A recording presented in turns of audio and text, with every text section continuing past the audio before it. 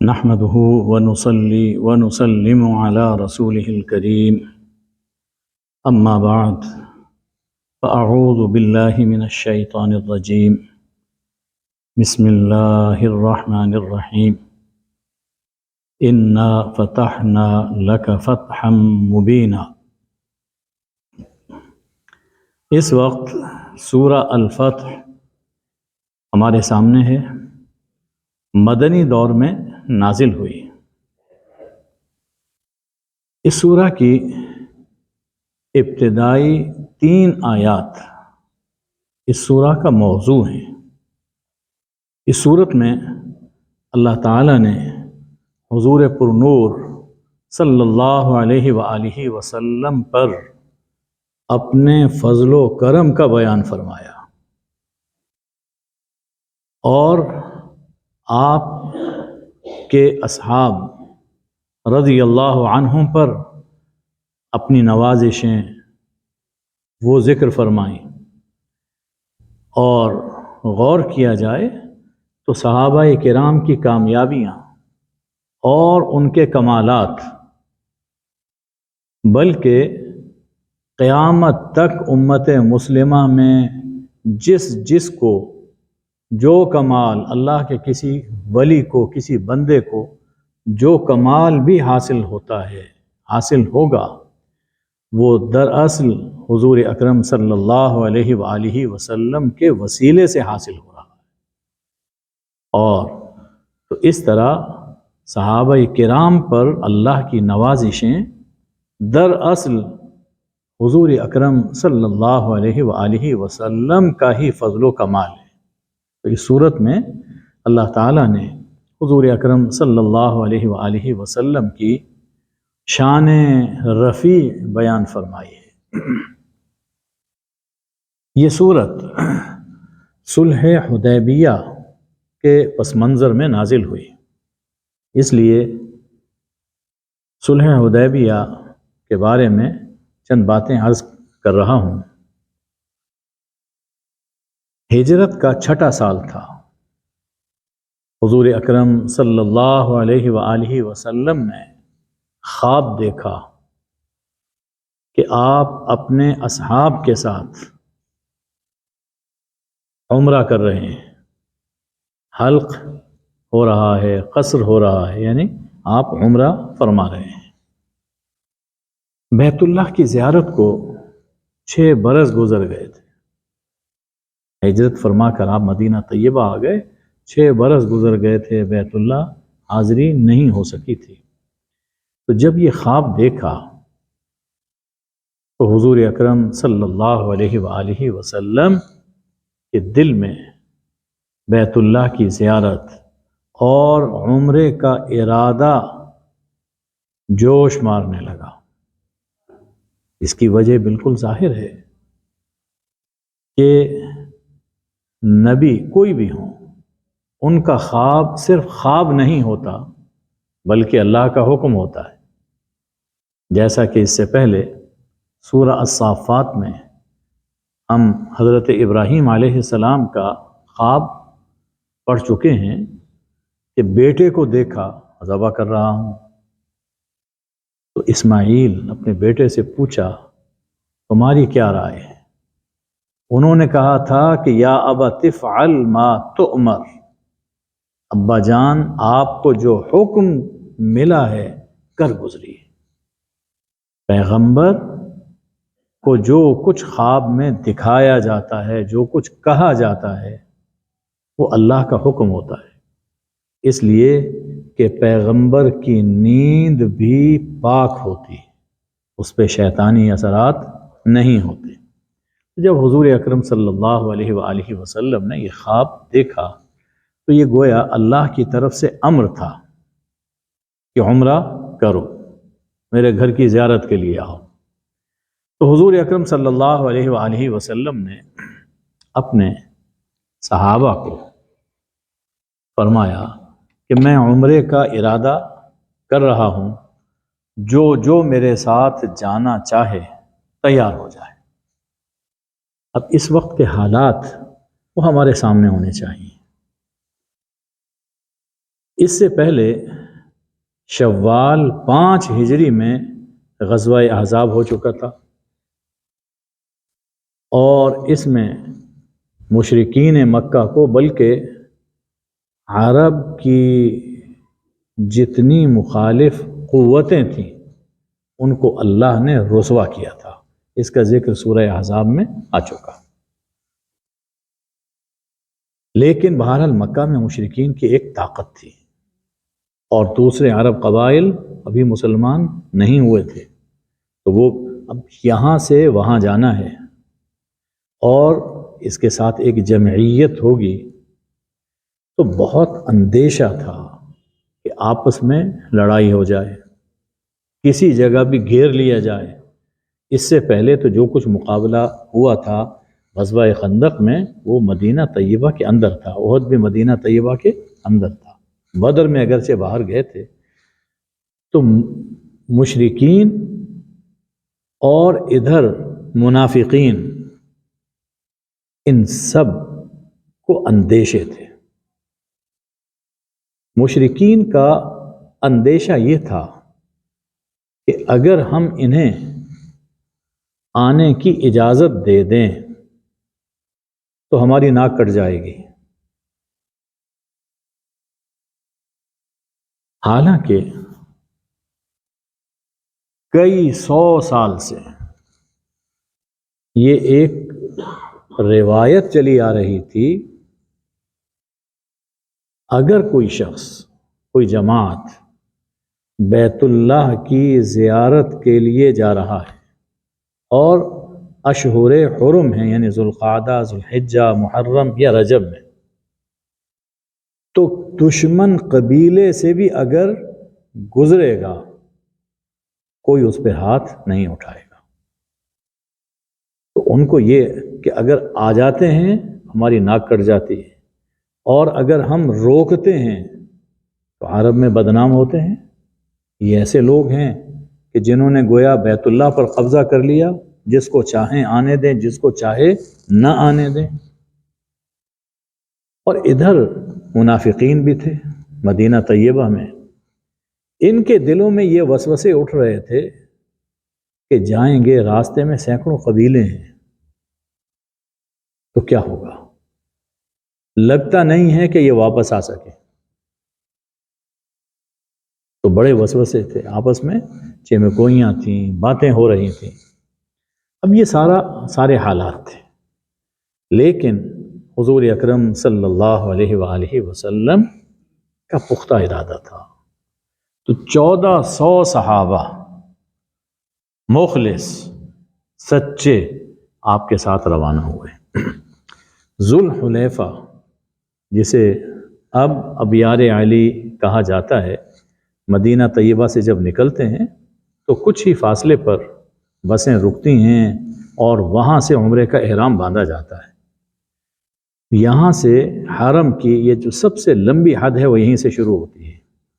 حضور اکرم صلی اللہ علیہ وآلہ وسلم اور صحابہ نے یہاں سے عمرے کا احرام باندھا، اور اس زمانے کے دستور کے مطابق صرف ایک تلوار سب نے لی، اور اس کو بھی نیام میں رکھا، کیونکہ مقصد لڑنا نہیں تھا، صرف عمرہ کرنا تھا، اور کوئی اور یعنی مزید اسلحہ بھی ان کے پاس نہیں تھا۔ اور 70 اونٹ ہدی کے، قربانی کے اپنے ساتھ لے لیے کہ بیت اللہ میں ہم قربان کریں۔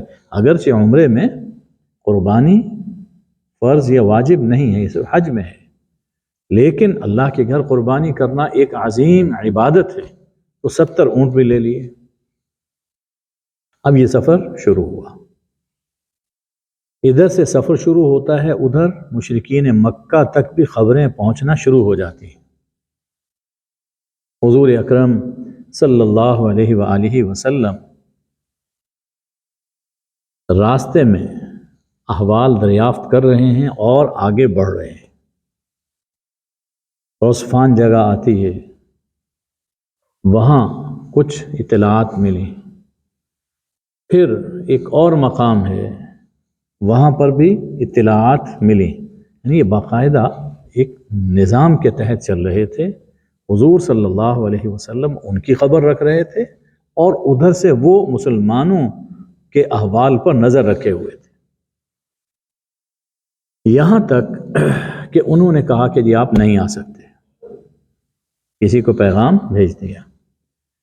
تو آپ نے ایک دوسرا راستہ اپنایا اور حدیبیہ میں آ کر سٹے کیا۔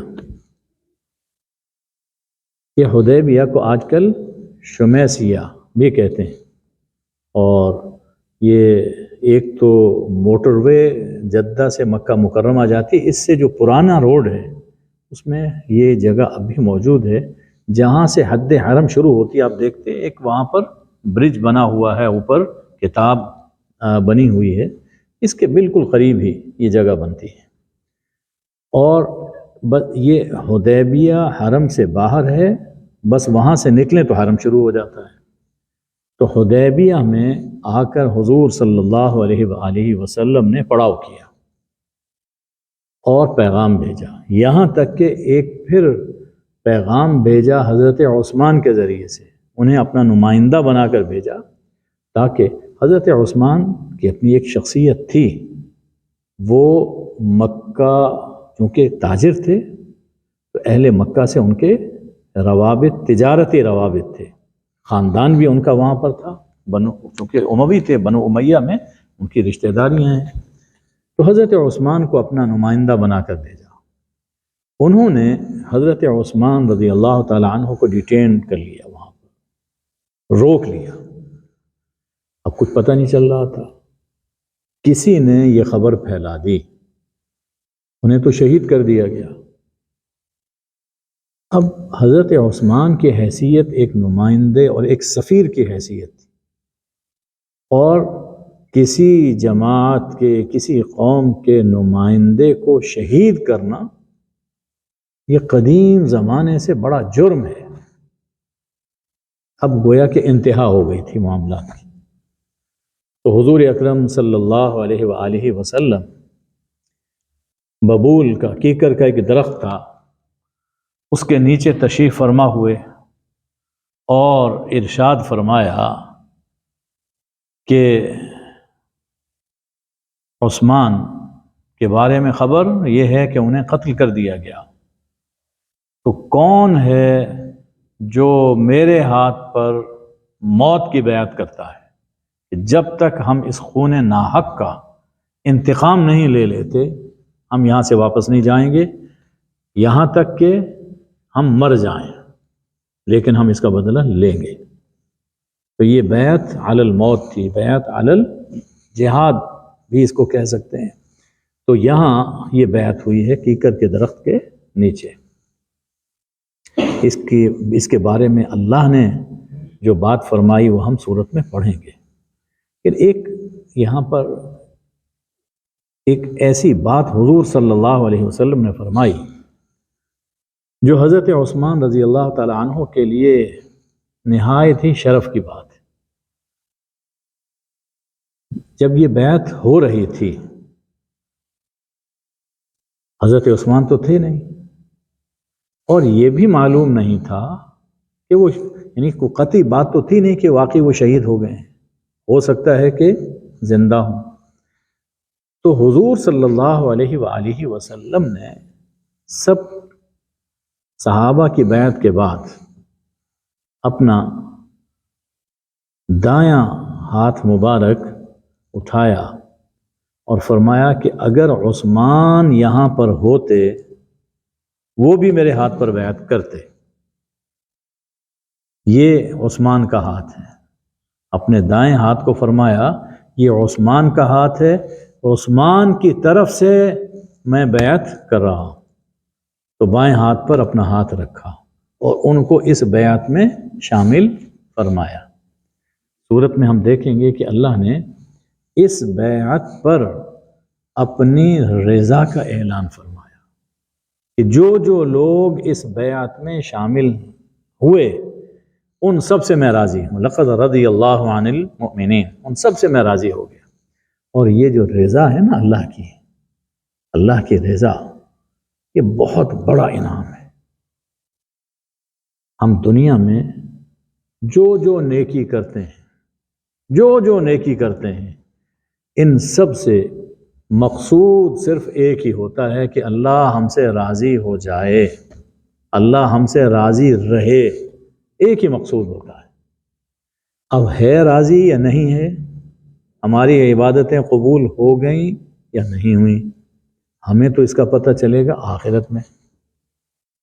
لیکن یہ جو جماعت ہے صحابہ کرام کی، جنہوں نے خاص طور پر وہ جماعت جنہوں نے حدیبیہ میں حضور اکرم صلی اللہ علیہ وآلہ وسلم کے دست مبارک پر بیعت کی ہے، ان کے بارے میں اللہ نے قرآن میں فرما دیا، لقد رضی اللہ عن المؤمنین، ان مؤمنوں سے اللہ راضی ہو چکا، یعنی اللہ نے ان کی دنیا میں محنتیں، ریاضتیں، عبادتیں ان کی ٹھکانے لگ گئی، اللہ راضی ہو گیا، اللہ ان سے راضی ہے۔ اور اس بیعت میں جب حضور صلی اللہ علیہ وسلم نے اپنے ہاتھ کو عثمان کا ہاتھ قرار دیا، یہ حضرت عثمان کا وہ اعزاز ہے، یہ وہ عزت ہے جو کسی دوسرے کو اس دنیا میں حاصل نہیں۔ ہر صحابی کا اپنا ایک مقام ہے، اپنی ایک شان ہے۔ حضور صلی اللہ علیہ وسلم نے کسی کو کسی انداز میں نوازا، کسی کو کچھ عطا فرمایا، تو یہ حضرت عثمان رضی اللہ تعالیٰ عنہ کہ اپنے ہاتھ کو عثمان کا ہاتھ قرار دیا، اور وہ بھی اس بیعت میں داخل ہیں، بیعت رضوان میں۔ اب جب اس جوش و خروش سے بیعت ہوئی تو ادھر بھی خبر پہنچ گئی کہ اب تو معاملہ مرنے مارنے پر آ گیا، وہ آئیں گے اور اس کا بدلہ بھی ہوگا۔ وہ مشرکین مکہ وہ بھی کھٹک گئے کہ کام خراب ہے۔ تو سہیل بن عمرو جو بعد میں مسلمان ہو گئے تھے اور بڑے وہ ڈپلومیٹ تھے، ان کو بھیجا۔ اس سے پہلے بھی مختلف بادشاہوں کے درباروں میں وہ یعنی عرب کے سفیر بن کے جایا کرتے تھے، حضور صلی اللہ علیہ وسلم کے پاس بھیجا کہ جا کر آپ سے گفتگو کریں۔ انہوں نے آ کر بات کی، کئی مرحلے اس کے گزرے، یہاں تک کہ کچھ کنڈیشنز پر ایک ایگریمنٹ وہ طے ہو گیا، کچھ شرائط طے ہوئیں اس مقام پر۔ اب وہ جو کنڈیشنز تھیں ان میں مسلمان دبے دبے نظر آتے ہیں۔ مثلا ایک پہلی شرط تو یہ تھی کہ ہمارے اور تمہارے درمیان 10 سال تک جنگ نہیں ہوگی، یہ بہت اہم شرط تھی۔ حضور چاہتے تھے کہ امن ہو تاکہ لوگوں کو اسلام کا رخ روشن دیکھنے کا موقع تو ملے۔ اس ایک شرط کی وجہ سے حضور نے سب کچھ قبول کیا، 10 سال تک جنگ نہیں ہوگی۔ ایک شرط یہ بھی تھی کہ اس وقت جو یہاں لوگ موجود ہیں، اگر ہم میں سے مکہ والوں میں سے جو لوگ مسلمان ہیں اور یہاں پر ہیں وہ آپ کے ساتھ جانا چاہیں، آپ نہیں لے جائیں گے، اور آپ میں سے اگر کوئی آدمی ہمارے پاس مکہ میں آنا چاہے تو آپ اسے نہیں روکیں گے۔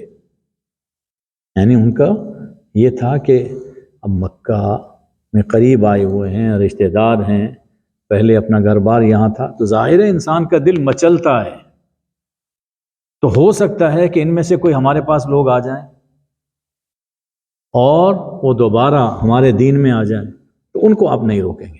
اب دیکھیے بالکل یہ ایک ایسی شرط ہے کہ جس میں مسلمان دبے ہوئے ہیں، اور نہ صرف اب بلکہ اس کے بعد اگر قریش میں سے، اہل مکہ میں سے کوئی شخص مدینہ چلا جائے تو آپ اسے واپس لوٹائیں گے، اور اگر آپ کا کوئی آدمی مکہ آئے گا مدینے سے، ہم اسے واپس نہیں لوٹائیں گے۔ اب اس میں بھی مسلمان دبے ہوئے ہیں۔ پھر ایک شرط یہ بھی تھی کہ آج یعنی اس سال آپ عمرہ نہیں کریں گے۔ آپ دیکھیے نا کہ حرم کی سرحد پر بیٹھے ہوئے ہیں اور حرم وہاں سے ہارڈلی کوئی 20 کلومیٹر کے فاصلے پر ہے، بیت اللہ 20 کلومیٹر کے فاصلے پر۔ اس سال آپ عمرہ نہیں کریں گے، آئندہ سال آپ آئیں، یعنی قریب آ کر آپ عمرہ نہیں کر رہے، آئندہ سال پھر آئیں، 3 دن یہاں پر رہیں گے، صرف ایک ایک تلوار سب کے ساتھ ہوگی، ان دنوں میں ہم مکہ آپ کے لیے خالی کر دیں گے۔ اب یہ ایسی شرطیں تھیں جو خون کھولانے کے لیے کافی تھیں۔ اب صحابہ کرام میں ایک جوش، یہ شرطیں لکھی جا رہی ہیں، ان میں جوش ہے، یا رسول اللہ ہم کسی سے کم تر ہیں، کیا ہمارے پاس طاقت نہیں ہے؟ آپ ہمیں اجازت تو دیں، اب دیکھیے گا ہم ان کا کیا حال کرتے ہیں۔ لیکن حضور فرماتے ہیں نہیں، صبر کرو، صبر کرو، صبر کرو۔ اور صحابہ یعنی ادھر سے دل میں خون جوش مار رہا ہے، لیکن ادھر سے حضور صلی اللہ علیہ وآلہ وسلم فرما رہے ہیں کہ رک جاؤ، رک جاؤ۔ شرطیں لکھی گئیں۔ ایک مرحلہ یہ بھی آیا جب سب شرطیں لکھی جا چکی، اب نیچے سائن ہونے ہیں۔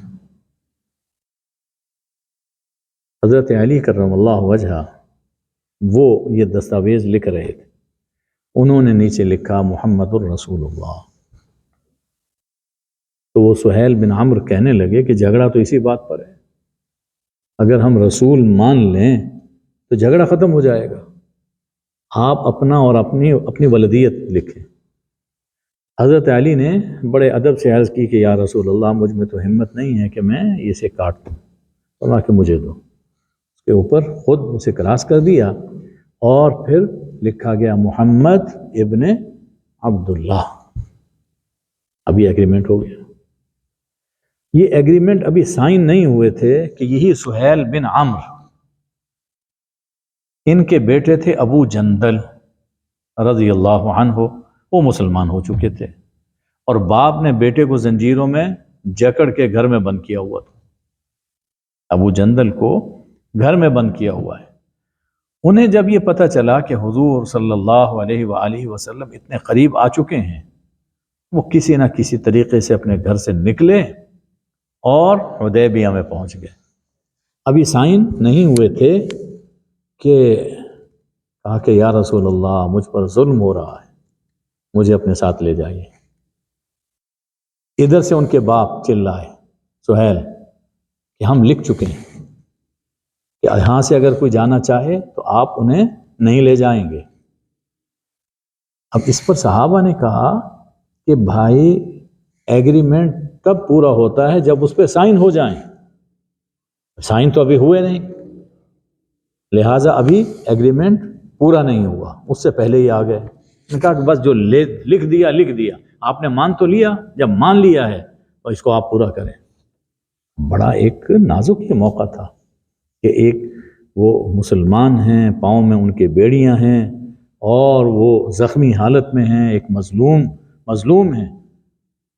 حضور صلی اللہ علیہ وسلم نے یہاں بھی صحابہ سے فرمایا کہ صبر کرو۔ ابو جندل سے کہا کہ آپ جائیے، اللہ آپ کے لیے کوئی اور راہ کھولے گا۔ چنانچہ ان کے لیے بہت اچھی راہ اللہ نے پھر کھول دی کہ مشرکین ہاتھ باندھ کر یہ شرط ختم کرنے کے لیے حاضر ہوئے، اس کو ختم کر دیا جائے، وہ پھر ایک الگ تفصیل ہے۔ بہرحال یہ ایگریمنٹ ہو گیا، لیکن صحابہ ان کے دل میں ایک غصہ تھا، ایک شدید غصہ تھا۔ حضور اکرم صلی اللہ علیہ وسلم چونکہ قربانی لے کر آ چکے تھے اور وہ قربانی وہاں پہنچی نہیں، اسے ذبح کرنا ہے، تو حدیبیہ کا ایک کچھ حصہ وہ حرم میں داخل ہے، کچھ تھوڑا سا۔ آپ نے فرمایا صحابہ سے کہ قربانیاں کرو اور حلق کرواؤ، احرام کھول دو۔ سب چپ بیٹھے ہوئے، جیسا کہ ایک یعنی شوق، انسان شوق کیفیت وہ ہوتی ہے کہ ایسا صدمہ کہ ہم اتنے لاچار، اتنے مظلوم اور مقہور ہو گئے کہ یوں جا رہے ہیں ہم، یہ تو گویا کہ ہم ذلیل ہو گئے. چپ کر کے بیٹھے ہیں، کہتے بھی کچھ نہیں ہیں لیکن حرکت بھی نہیں ہے. حضور صلی اللہ علیہ وآلہ وسلم کے دل پر اس کا اثر ہوا. اس موقع پر حضرت عمر رضی اللہ تعالیٰ عنہ سے بھی کچھ جملے ایسے صادر ہوئے جو نامناسب تھے، اور وہ تا زندگی اس کے لیے نماز پڑھتے رہے، صدقہ و خیرات کرتے رہے، اگرچہ وہ ایک جذباتی بات تھی لیکن انہیں اس کا احساس تھا. آپ اپنے خیمے میں تشریف لے گئے. ام المؤمنین ام سلمہ رضی اللہ تعالی عنہا وہ آپ کی ہم سفر تھی، ان سے جا کر فرمایا کہ یہ کیفیت ہے. تو وہ بہت زیرک خاتون تھی، بہت دانا خاتون تھی. انہوں نے کہا کہ یا رسول اللہ، اس وقت ان کی کیفیت ایسی ہے کہ یہ اپنے حال میں نہیں ہے. آپ ایسا کیجئے کہ خود اپنا جانور آپ خود قربان کریں اور اپنا حلق آپ کروائیں، سب صحابہ آپ کی پیروی کریں گے. حضور صلی اللہ علیہ وآلہ وسلم باہر نکلے، اپنا اونٹ آپ نے قربان کیا اور حلق کروایا، احرام کھول دیا. بس جب یہ دیکھنا تھا سب اٹھے، اپنا اپنا جانور قربان کیا، اپنے بال وہ منڈوا دیے اور احرام کھول دیے. یعنی اب طے ہو چکا تھا، سب سمجھ گئے کہ یہ آخری فیصلہ ہے. یعنی اس سے پہلے ان کے ذہن میں ممکن ہے کہ یہ بات ہو کہ شاید فیصلہ بدل جائے اور ہم عمرے کے لیے جائیں، لیکن جب یہ ہو گیا تو بات فائنل ہو گئی. سب اٹھے، قربانیاں کیں اور احرام کھول دیا. یہاں سے اب واپسی کا سفر شروع ہوتا ہے.